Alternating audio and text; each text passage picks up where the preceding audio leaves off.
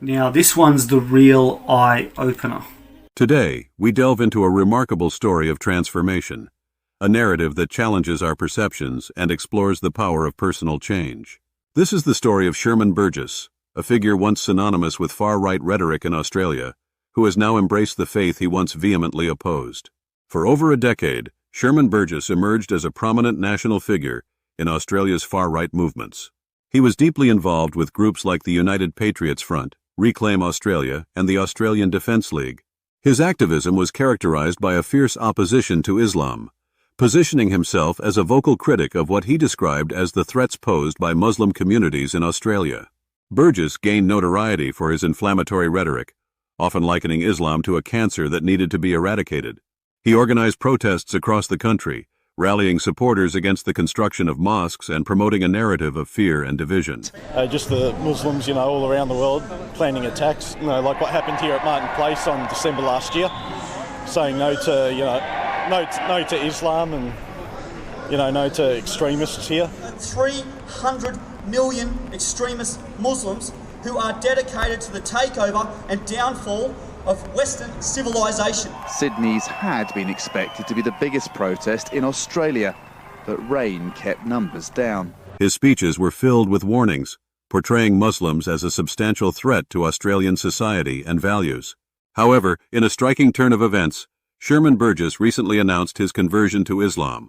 I was one of those people who used to drink a lot of alcohol. Used to love partying, used to go out, drink, chase women, pick women up. Something that I was actually very good at, but something that I am not proud of now. Because the simple fact is there was something missing in my life, and I was filling this void with alcohol, sex, and all these other haram things. Now one night when I was out with a group of my friends, I was sitting inside a pub, it was very busy, and I was looking around at all these other people inside the pub, and I was listening to some of the conversations that would go on around me, and this is when I really started to think, maybe the Muslims were right. This decision has taken many by surprise, given his history of vehement opposition to the faith. On his Instagram account, he posted a video explaining his reasoning, framing his conversion as a response to the moral decline he perceives in Western society. In one of his videos, Burgess stated, "The reason I came to Islam is because I've seen the degeneracy in the West. I don't like the rampant alcoholism, the drug-taking, the sleeping around.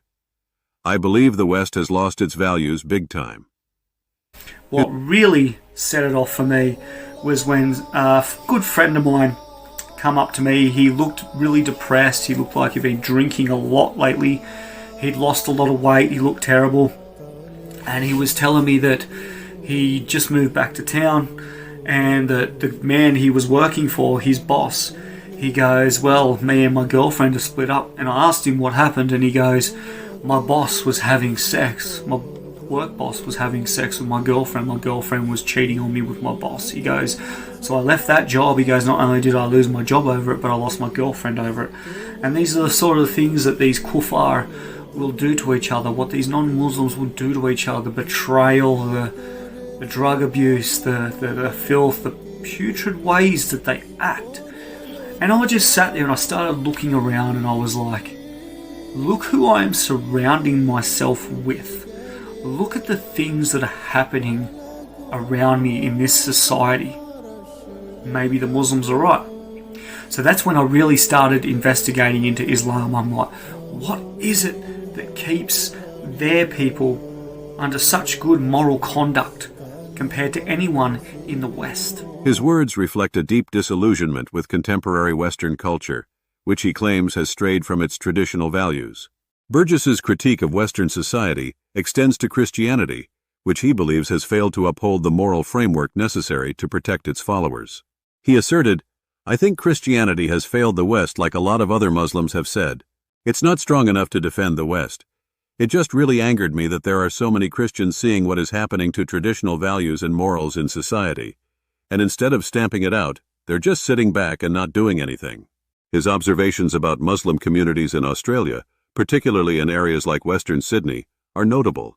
Burgess remarked, "The Muslims were onto it, and they chased these people out of the suburbs. They know that if this gets hold in the Muslim areas like it did in the Anglo-Christian areas, it will be all over for them too.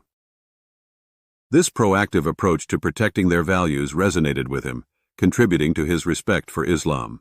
This transformation is remarkable, especially considering Burgess's previous actions and statements. He was known for organizing protests alongside neo-Nazis, espousing views that many would consider inflammatory and damaging. In the past, he claimed, "This isn't an attack against our governments. This is an attack against us, the people." As a member of the band Eureka Brigade, Burgess contributed to songs that promoted anti-Muslim sentiments, including violent rhetoric that advocated burning mosques. The lyrics of their songs, like Border Patrol, which openly called for aggression against Muslims, painted a dark picture of his earlier convictions. Yet today, Shermon Burgess presents a different narrative. He describes Islam as a beacon of hope against what he perceives as the moral decay of Western society. In his journey to embrace Islam, he highlights the spiritual grounding and sense of community he found within the faith. We reached out to community leaders and experts to gain insight into the implications of Burgess's conversion. Many view this as an opportunity for dialogue and reconciliation. Their perspectives emphasize the potential for understanding and healing, particularly in a society often divided by fear and misunderstanding. Burgess's journey serves as a poignant reminder of the complexities surrounding identity and belief. His story encourages us to reflect on our own biases and assumptions, and it challenges us to seek empathy in a world rife with division. In a time when the far-right rhetoric often drowns out constructive dialogue, Shermon Burgess's conversion signals a shift in perspective, one that could foster understanding between communities. It highlights the importance of listening to each other's stories and recognizing our shared humanity.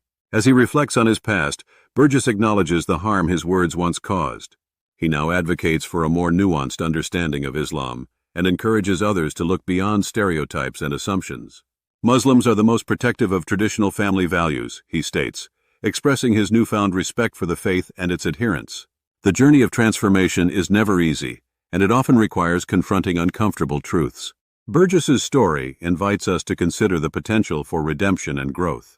It emphasizes that change is possible, even for those who have walked a path of division. Thank you for joining us on this journey of transformation and reflection. Stories like Shermon Burgess's remind us that it's never too late to seek understanding and embrace change.